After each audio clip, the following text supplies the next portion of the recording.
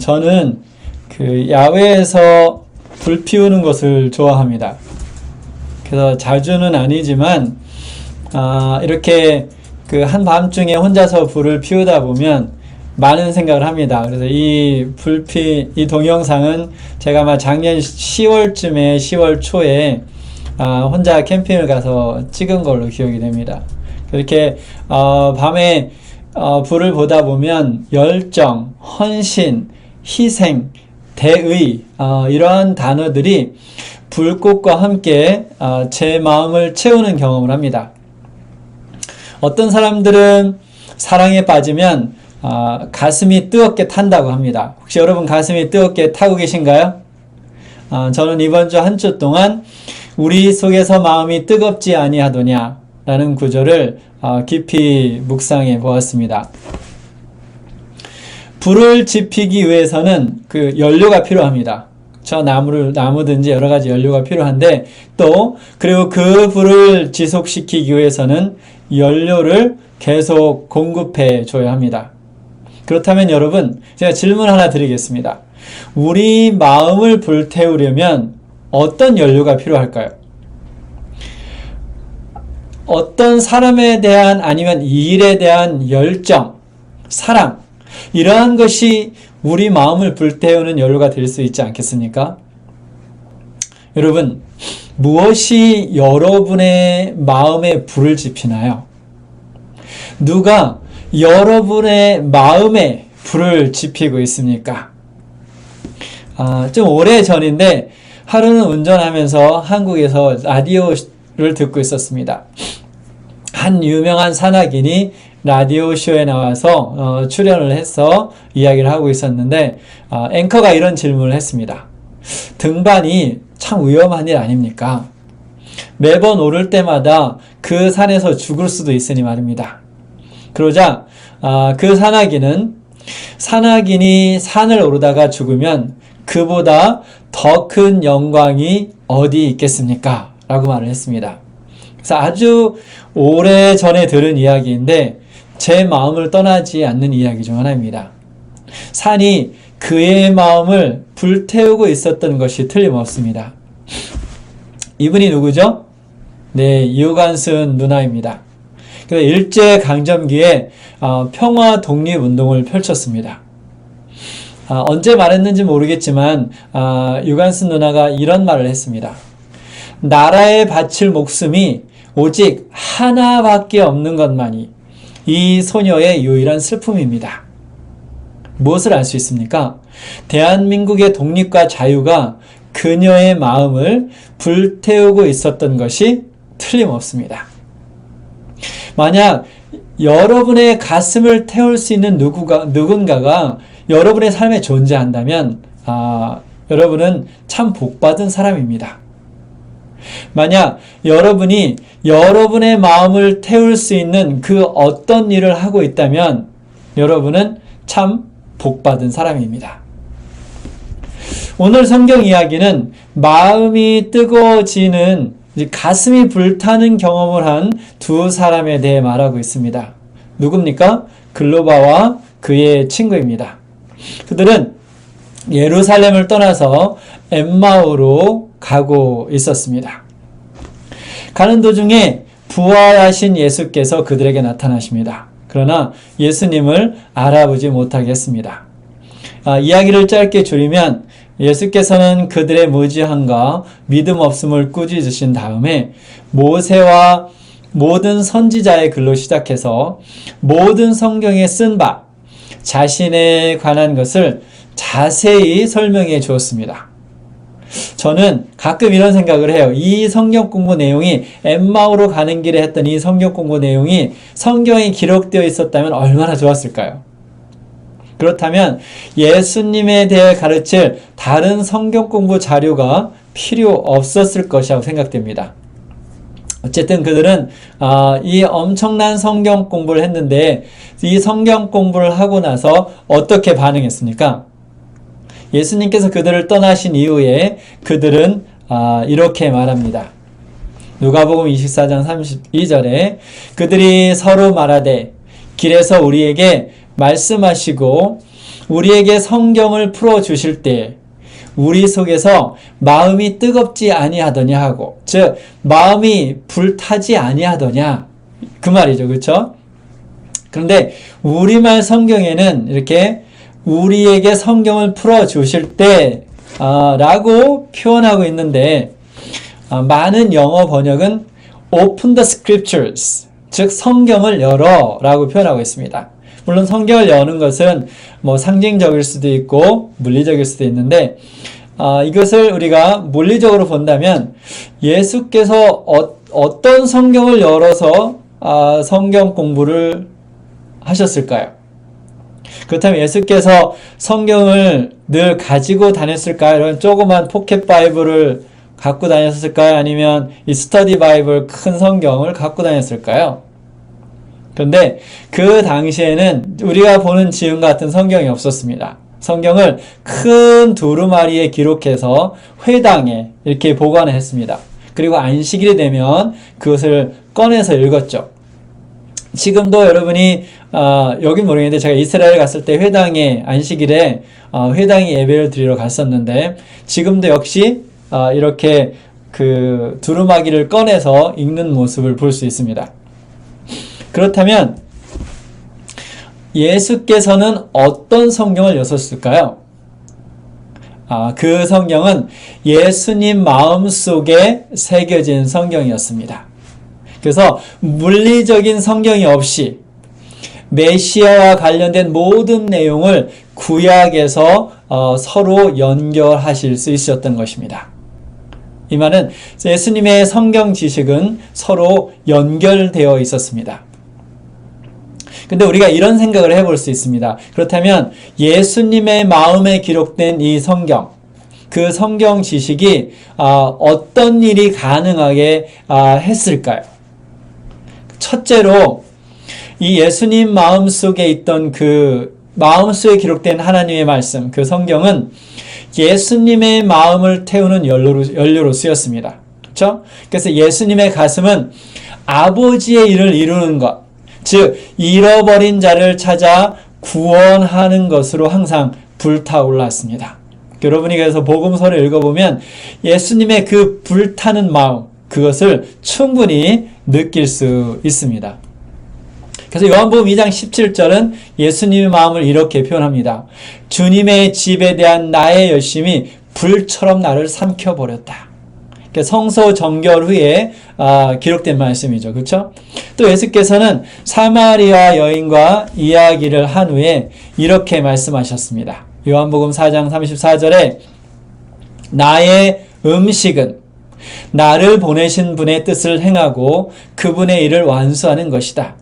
뭐가 보입니까? 예수님의 마음이 불타고 있는 것을 볼 수 있죠. 그렇죠? 그래서 마침내 십자가에 죽기까지 순종하시고 그분의 생명을 우리의 구원을 위해 주셨습니다. 예수님께서 마지막 돌아가시기 전에 무슨 말씀을 하셨습니까?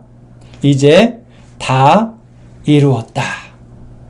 예수께서는 이 말씀을 하신 후에 숨을 거두셨습니다. 그분의 가슴, 예수님의 심장은 우리의 구원을 위해 완전히, 온전히 불태워진 것을 볼 수 있습니다. 두 번째로 예수님의 마음속에 새겨진 성경은 그 불씨, 그 마음속에 그 타는 그 불을 제자들에게 옮겨 놓았습니다. 이미 살펴보았듯이 엠마오로 가던 두 제자의 마음이 어땠습니까? 뜨거웠어요. 불타올랐습니다. 그런데 이 두 제자뿐만 아니라 오순절에 모였던 120명의 제자들의 가슴도 태웠습니다. 그리고 이 제자들은 그들 마음속에 생긴 그 불씨를 온 세상에 전달했습니다. 그들이 어떤 명성을 갖고 있었습니까? 사도행전 17장 6절에 보면 천하를 어지럽게 하던 이 사람들이 여기도 이름에 라고 했습니다. 여러분, 예수님께서는 하늘에 가시기 전에 이런 약속을 하셨습니다. 요한복음 14장 12절에 내가 진실로 진실로 너에게 이르노니, 강조하시는 거죠. 나를 믿는 자는 내가 하는 일을 그도 할 것이요 또한 그보다 큰 일도 하리니 이는 내가 아버지께로 감이라. 이 약속이 성취되기 위해 무엇이 돼야 하는지 몇 분 후에 다시 말씀하십니다. 그래서 요한복음 15장 7절에 너희가 내 안에 거하고 내 말이 너희 안에 구하면 무엇이든지 원하는 대로 구하라. 그리하면 이루리라. 바로 이런 이유 때문에 성경은 명하고 있는 것입니다. 무엇을 명하고 있습니까? 신명기 6장 6절에 오늘 내가 내게 명하는 이 말씀을 너희는 마음에 어떻게 하고 새기고, 지난주에 Know Your Bible 이라는 프로젝트를 소개를 했습니다. 우리 교회에서 10명이 넘는 분들이 해보겠다고 지원했습니다. 놀랍지 않습니까? 그래서 저는 이 프로젝트를 생각을 하면 할수록 더 신이 납니다. 그래서 등대교회 어떤 교인들은 그동안 교회를 다니면서 이런 일이 있기를 기다려왔다고 했습니다. 정말 성령께서 이 프로젝트를 인도하고 계신다는 것을 마음속 깊이 느낄 수 있습니다. 그래서 지난주에 말씀드렸듯이 우리가 성경 순서대로 창세기, 출애굽기 이렇게 하지 않고 특별한 목적이 있기 때문에 다른 순서로 만들고 있습니다. 그래서 첫 번째 시리즈는 마가복음, 창세기, 요한복음, 출애굽기, 이것이 첫 번째 4권입니다. 그러니까 언제부터요? 1월 10일부터 이렇게 하도록 하겠습니다. 1월 10일 마가복음 1장으로부터 이 프로젝트를 시작합니다. 그런데 저에게 하겠다고 하신 분들 중에 이 공부한 내용을 기억하고 시험을 보는 것 때문에 부담이 많이 된다고 하신 분들이 있었습니다. 그래서 제가 근래에 읽었던 책에서 한 부분을 인용해 보도록 하겠습니다. 배움과 실행에 대한 단순한 신념, 그것이 얼마나 큰 영향을 주는지를 보여준 심리학자 카롤 드웨게 연구는 엄청난 관심을 불러일으켰습니다. 그 신념은 바로 무엇이냐면 사람의 이 지적 능력은 고정되어 있는 것이 아니라 당신의 손에 달려있는 부분이 엄청난 비중을 차지한다. 그러니까 이미 이것이 고정돼서 끝난 것이 아니라 내가 생각하고 내가 하는 것에 따라서 이것이 계속 더 발전할 수 있다 라는 그 생각 자체가, 이 말을 믿기만 해도 암기나 이해 능력이 향상되고 또 음악가가 연주를 하거나 체육인이 경기를 할 때 경기 능력이 향상된다는 것입니다. 놀랍지 않습니까? 그러니 여러분 걱정하지 마시기 바랍니다. 매일매일 더 많은 것을 기억할 수 있도록 여러분의 뇌가 변해갈 것입니다. 그리고 또 다른 한 가지는 우리가 볼 시험은 학교에서 보는 그런 시험이 아니라 여러분 스스로가 얼마나 잘 기억하고 있는지를 스스로 자가 테스트하는 것이 목적입니다.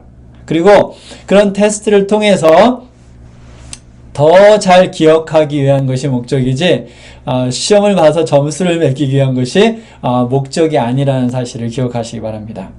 여러분, 당연히 우리가 기억하는 정도가 사람마다 다르지 않겠습니까? 그렇죠? 그래서 여러분, 누가 더 잘 기억하느냐, 그것이 중요한 것이 아니고 기도하면서 4년 동안 끝까지 포기하지 않고 하는 것이 중요합니다. 그러니 여러분, 암기 능력에 대해서 오늘 이 순간부터 걱정하지 마시고 걱정을 다 내려놓으시고 참여하시면 좋겠습니다. 걱정보다 오히려 마음의 평화와 기쁨을 가져다 줄 것입니다. 걱정하지 마십시오. 그리고 이 프로젝트는 성경을 암송하는 것이 아닙니다. 성경을 암송하는 것이 아니라 성경에 나오는 내용을 스토리텔링 하는 것이죠. 그렇죠? 그런 능력을 기르는 것입니다. 그러면 오늘은 그 짧은 버전으로 모의 수업을 한번 해보도록 하겠습니다. 그래서 여러분이 이제 1월 10일부터 마가복음 1장을 시작할 때 어떻게 공부를 해야 되는지 그 모의 수업을 해보겠습니다. 그래서 오늘은 우리가 이 누가복음 24장을 공부했지 않습니까? 그래서 이 누가복음 24장으로 한번 해보도록 하겠습니다. 우선 기도로 시작합니다. 그쵸? 모든 성경공은 기도로 시작하죠. 그래서 하나님 아버지, 누가복음 24장을 공부하겠습니다. 제 영적인 눈을 열어서 하나님의 말씀 속에서 놀라운 것을 보게 해 주시옵소서. 하나님, 제가 읽을 때 이해하고 기억할 수 있도록 저에게 복을 주시고, 제가 오늘 하루를 살면서 하나님의 말씀을 어떻게 적용할지 말씀해 주시옵소서. 예수님 이름으로 기도합니다. 아멘. 이렇게 기도를 마친 다음에 읽기 시작합니다. 그렇죠? 성경을 읽기 시작하는데, 여러분 한글 버전도 여러 종류가 있습니다. 그렇죠? 그러니까 두세 개의 다른 성경 버전으로 함께 읽다 보면 이해가 더 잘 될 거라고 생각합니다. 그러니까 저는 보통 2개 내지 3개의 버전을 읽습니다. 한 버전으로 계속 보지 않고요. 이렇게 기도하고 성경을 한 10분 정도 읽습니다. 그렇죠? 그래서 반복해서 성경 장 그 길이에 따라서 2번 읽을 수도 있고 3번 읽을 수도 있겠죠. 이렇게 읽고 난 후에 첫 번째로 이제 하는 것이 뭐냐면 그 장의 제목을 답니다. 24장에, 오늘은 누가복음 24장이니까 24장에 제가 제목을 달면 부활과 부활 후 사건들이라고 저는 제목을 달았습니다. 이렇게 제목을 단 다음에 그 다음에는 주제 성경절을 찾습니다. 주제 성경절을 저는 48절로 봤습니다. 그래서 너희는 이 모든 일의 증인이라, 이렇게 하고 나서 그 다음은 무엇을 합니까? 아웃라인을 만듭니다. 아주 단순한 기억하기 쉬운 아웃라인을 만드는데, 이제 저의 아웃라인은 이렇게 했습니다. 첫 번째, 24장을 보면 부활하신 후에 여인들을 만남, 그 다음에 엠마오로 가는 길에 있었던 성경 공부, 그 다음에 내 손과 내 발을 보라, 내 증인이 되라, 아버지께로 돌아가. 이렇게 저는 24장을 5개의 아웃라인을 만들었습니다. 여러분, 제가 이 아웃라인을 만드는 것 힌트를 드리면, 아까 제목도 그렇지만 잘 들으세요. 제목을 달거나 아웃라인을 만들 때 어떤 말을 쓸까, 또 어떤 주제에 절일까 너무 오랫동안 고민하지 마세요. 왜냐면 이거는 문학 작품을 만들 것도 아니고 숙제를 낼 것도 아니고, 그냥 즉흥적으로 생각나는 대로 바로 하시기 바랍니다. 이거는 맞고 틀리는 것이 없어요. 이 작업을 하는 이유는 내가 성경 내용을 기억하기 위한 것입니다. 제가 이 파워포인트를 PDF로 해서 카톡방에 올려드리도록 하겠습니다. 그래서 여러분이 지금 적으시지 않으셔도 괜찮아요. 그래서 여러분이 나중에 다운받아서 보시면 되겠습니다. 그래서 맞고 틀린 것이 없어요. 그래서 단순히 성경 내용을 기억하기 위한 것이기 때문에 그것이 목적이죠. 그래서 어떤 영어 성경 버전들은, 영어 성경을 볼 수 있는 분들은 그 성경에 보면 소제목들이 이미 나와 있어요. 그래서 여러분이 아웃라인을 이렇게 만드는 것이 힘들면 그런 소제목이 있는 성경에 나오는 것을 그대로 사용해도 좋습니다. 그리고 두 번째, 또 한 가지 중요한 것은 새롭게 단어를 조합해서 만들려고 하기보다는 성경에 있는 말을 그대로 적는 것도 좋은 방법입니다. 저도 아웃라인에 그것을 적었죠. 그렇죠? 내 손과 발을 보라, 증인이 되라. 이것은 성경에 있는 것을 제가 그대로 적은 거예요. 그렇죠? 그것이 어떤 것이든지 간에 여러분이 그 장을 기억하기 쉬운 것으로 적으시면 됩니다. 이것이 굉장히 중요한 힌트예요. 이 아웃라인을 만들 때. 그래서 이 아웃라인이 바로 여러분이 시간이 지나면서 머릿속에 계속 그려야 될 내용입니다. 그 다음은 서머리, 이제 요약을 하는데, 이 요약, 이것도 잘 들으세요. 이 요약이 뭐냐면 나 혼자 보는 시험입니다. 우리가 어떤 습관이 있냐면 그것을 읽고 나서 그것에 무슨 내용이 있습니까? 라고 물어보면 다시 읽는 습관이 있어요. 이거는 습관이 그렇게 들은 거예요. 그래서 여러분이 읽을 때, 내가 이것을 기억할 수 있다라고 생각하고 읽으면 기억할 수 있는 부분이 훨씬 더 많아집니다. 그래서 그 누가복음을 이제 반복해서 읽었잖아요. 24장을 이제 읽었는데, 요약을 할 때는 성경을 보지 않고 합니다. 그리고 생각나는 대로 3문장에서 5문장으로 내용을 정리합니다. 여기 또 다른 힌트. 위에서 말씀드렸듯이 아주 훌륭한 요약을 해서 대대손손 남기려고 하지 마십시오. 이해하셨죠? 대대손손 남기기 위한 요약을 하지 마시고 성경의 내용을 기억하기 위한 목적으로 요약을 합니다. 아셨죠? 그래서 제가 간단하게 요약을 해보았습니다. 부활하신 예수님께서는 몇 번에 걸쳐서 제자들에게 나타나셨다. 특별히 엠마오로 가는 길에서 2명의 제자들에게 성경을 풀어 메시아를 설명해 주셨다. 그리고 제자들에게 복음 사명을 주시고 하늘 아버지께로 가셨다. 네, 이렇게 요약을 합니다. 그래서 이 두 번째 단계 역시 우리가 읽는데 10분이 걸렸잖아요. 그러면 이 타이틀을 주고 그 제목을 주고 이 서머리 하는 데까지도 10분 정도 시간이 소요되면 맞습니다. 이렇게 10분 내에 이것을 정리하려면 생각을 많이 하다 보면 할 수가 없어요. 그렇죠? 그리고 이것은 생각을 많이 하는 것이 목적이 아니기 때문에 요 정도 시간 내에 해보시면 좋겠습니다. 그 다음에는 이제 묵상, 메디테이션인데 어떻게 하냐면 이제 기도하고 읽고 정리하는 동안 이제 성령께서 누가복음 24장 중에 제 마음을 49절부터 53절에 더 집중하게 했습니다. 그러면 저는 이제 어떻게 하냐면 이제 저의 초점을 누가복음 24장 전체에서 49절부터 53절로 이렇게 포커스를 맞춥니다. 그리고 이 부분을 다시 한 2-3번 읽습니다. 그렇죠? 그리고 나서 다시 역시 이 부분을 요약합니다. 그래서 간단하게 요약하면 예수께서 아버지께로 가시면서 제자들에게 아버지의 선물을 기다리라고 하셨다. 제자들은 큰 기쁨으로 예루살렘으로 돌아갔다. 역시 이 요약을 할 때는 성경을 보지 않고 합니다. 그것이 내 머리를 잡고 이 훈련을 시켜주는 거예요. 머리에 근육을 만드는 거죠. 그렇죠? 이제 이렇게 서머리를 한 다음에는 묵상을 시작합니다. 이제 메디테이션을 하는데 이제 아까 읽은 그 구절 중에서 더 마음속 깊이 생각을 해보는 거죠. 그래서 아버지께서 약속하신 것이 무엇일까? 성령을 약속하셨지.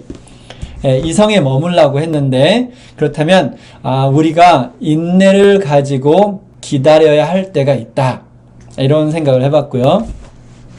큰 기쁨으로 하나님을 찬송했다 하는 부분을 보면서 이것이 바로 우리가 하나님의 약속, 하나님의 시간을 기다리는 태도는 큰 기쁨으로 하나님을 찬송하는 것이어야 된다. 이런 묵상의 시간을 갖습니다. 그 다음에는 원칙을 찾습니다. principles. 그래서 원칙을 찾았는데 하나님의 약속과 시간을 기다릴 때 우리는 기쁨과 찬송으로 해야 한다. 이렇게 원칙을 찾았고 그 다음에 실천 계획을 세웁니다. 그래서 하나님, 제가 지난 몇 주간 이제 A라는 문제를 두고 고민하고 걱정했습니다. 기쁨으로 주님의 시간을 기다리지 못한 것을 회개합니다. 오늘 저녁 10시부터 10시 30분까지 기쁨으로 하나님을 찬양하는 시간을 갖고 하나님께 감사의 기도를 드리겠습니다. 이렇게 적용하고 저녁 10시부터 10시 30분까지 이렇게 특별한 기도의 시간을 갖는 거죠. 네, 이렇게 묵상하는 시간을 갖습니다. 이 묵상 시간도 역시 20분 정도로 잡습니다. 그러면 몇 분이 되나요? 앞에 그 내용을 본 것은 20분, 묵상하는 건 20분 하니까 40분 정도가 되네요. 그렇죠? 그래서 제가 지난주에는 30분 정도라고 말씀드렸는데 40분 정도가 훨씬 더 현실적인 것 같습니다. 그런데 지금 제가 보여드린 묵상의 방법이 낯선 분들이 많으실 거라고 생각합니다.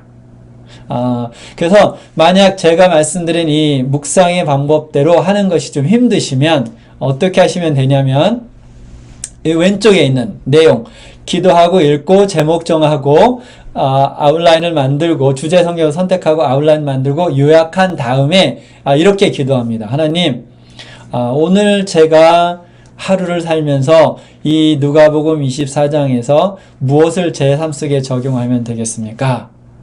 이렇게 하면 성령께서 여러분의 마음에 영감을 주시는 일이 일어납니다. 그리고 그 마음에 받은 것을 실천하는 것입니다. 근데 혹시 여러분이 나는 그러면 내용으로 끝나지 않고 오른쪽 묵상의 내용도 하고 싶다. 근데 어떻게 하는지 모르겠다. 그러면 여러분이 그것을 배우고 싶은 분들이 있으면 저에게 말씀드리면 제가 가르쳐 드리도록 하겠습니다. 어떻게 이렇게 묵상을 할 수 있는지.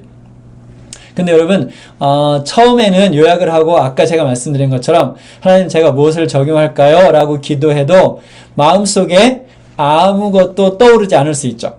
그렇죠?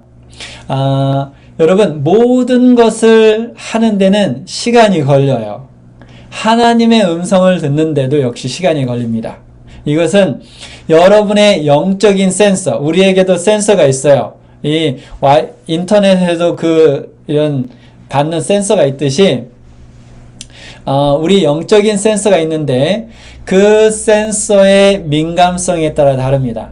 근데, 중요한 것은 매일 훈련을 하면, 여러분의 영적인 센서가 예민해지고 그 예민한 것이 유지가 되기 때문에 그렇게 기도할 때 하나님께서 여러분 마음에 주시는 생각을 받을 수가 있어요. 그래서 아까처럼 기도하는데 갑자기 여러분이 내가 지난 몇 주 동안 이 문제를 두고 참 고민하고 괴로워했구나. 근데 하나님께서 말씀하시는 거죠. 내가 이게 아직 나의 시간이 이르지 않았기 때문에 이것이 이루어지지 않는 것이기 때문에 기도하며 나의 시간을 기다려라.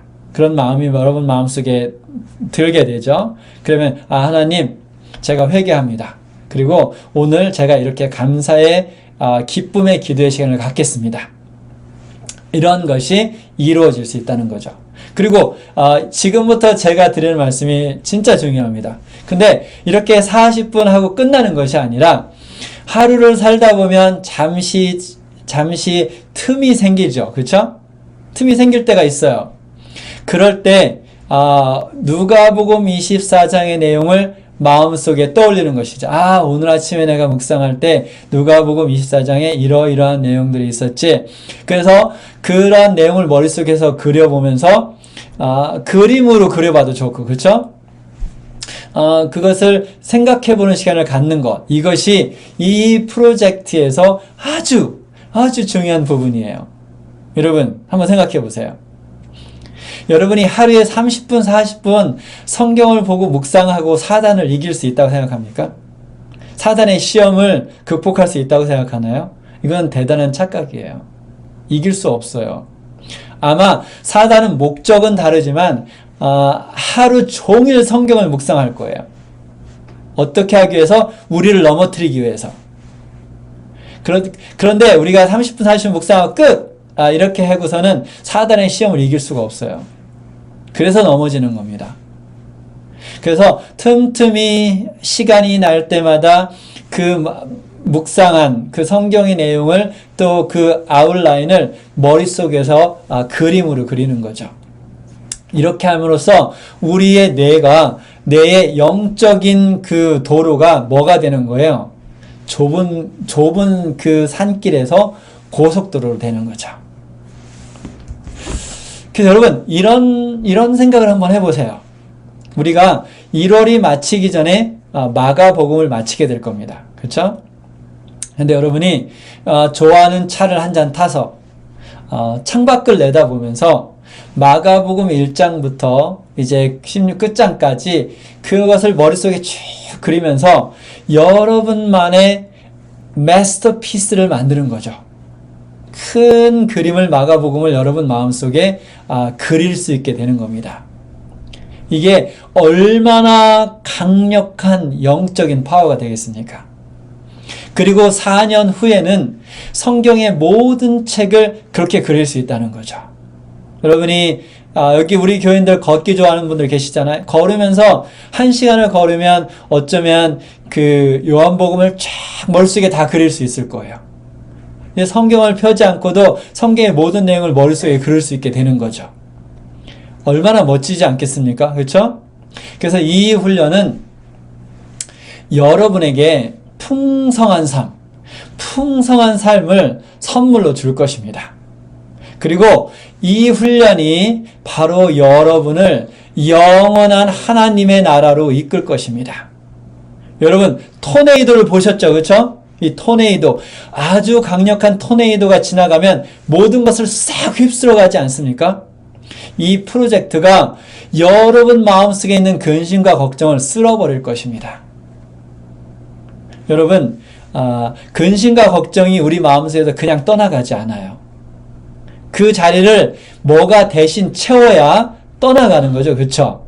맞습니까? 그런데 하나님의 말씀이 여러분의 마음을 채우고 여러분의 가슴을 태우면 태울수록 근심과 걱정이 우리 마음속에 머물 공간이 없어지는 거죠. 이것은 엄청난 영적인 힘이 될 것입니다. 우리 1월 10일 그 마가복음 1장으로 첫 발을 내딛겠습니다. 우리 사랑하는 교인 여러분 생각해 보세요. 최소한의 것을 주면서는 어떤 관계도 유지할 수 없습니다. 맞죠? 그렇습니까? 그렇기 때문에 예수님은 우리에게 최대의 것을 주셨어요. 모든 것을 주셨죠. 그리고 우리를 위해 십자가에 돌아가시고, 여러분, 우리를 위해 십자가에 돌아가시고 다시 오실 우리의 주님과 하루에 40분의 시간을 보내지 않으시겠습니까? 여러분, 이 놀라운 여행에 여러분 모두가 한 명도 빠짐없이 참여해서 놀라운 하나님의 사랑과 복을 경험할 수 있게 되길 바랍니다. 우리 사랑하는 교인 여러분, 예수께서 곧 오십니다.